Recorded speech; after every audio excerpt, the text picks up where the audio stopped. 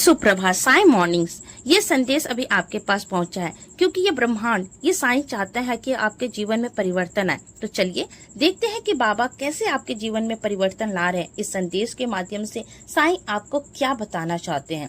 साई कहते हैं कि जो कठिन समय चल रहा है वे अस्थायी है, कोई स्थायी रूप से नहीं है। इस बात को हमेशा याद रखा करो। हर परिस्थिति में शुक्राना करो, शुक्र करो। परिस्थिति अचानक ऐसे कब बदल जाएगी कि तुम सोचते रह जाओगे, क्योंकि अगर तुमने सुख में और दुख में शुक्रिया करना शुरू कर दिया तो सुख और बढ़ता है, और दुख में अगर तुमने शुक्रिया किया तो तुम्हें रास्ता मिलता है।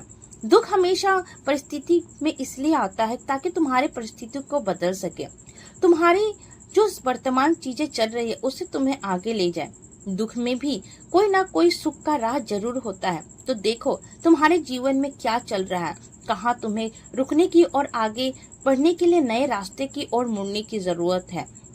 तुम सोचते रह जाओगे और कैसे तुम्हारे जीवन में सब कुछ ठीक हो जाएगा, और किसी ने भी तुम्हारे अस्वीकार नहीं करेंगे। कोई भी तुम्हारी इस राह पर या तुम्हें अपने आप से खुले मन से तुम्हें अपनाएंगे। संबंधों को वाद विवाद होते रहते हैं। हर रिश्ते में थोड़ी छोटी मोटी तकलीफें चलती रहती हैं, लेकिन यूं ही टूट नहीं जाती है। उस रिश्ते को संभाल के रखो। अगर कोई तुम्हें कोई बात कहता है तो तुम्हें उसे ध्यान पूर्वक सुनने की जरूरत है। ये सब जो हो रहा है ना, ये तुम्हारे अंदर से बदलाव की जरूरत है।